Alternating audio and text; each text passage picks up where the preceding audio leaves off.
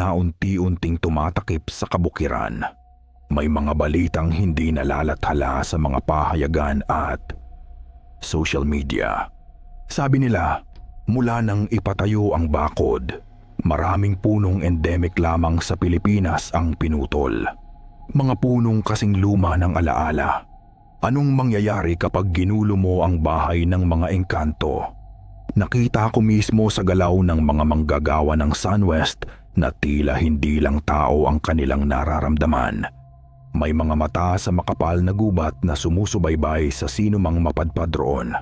Ang mga kapre na dati tahimik ay naglalakad na sa gabi. Mga yapak ng mga tikbalang na nagtatakbuhan ng walang direksyon.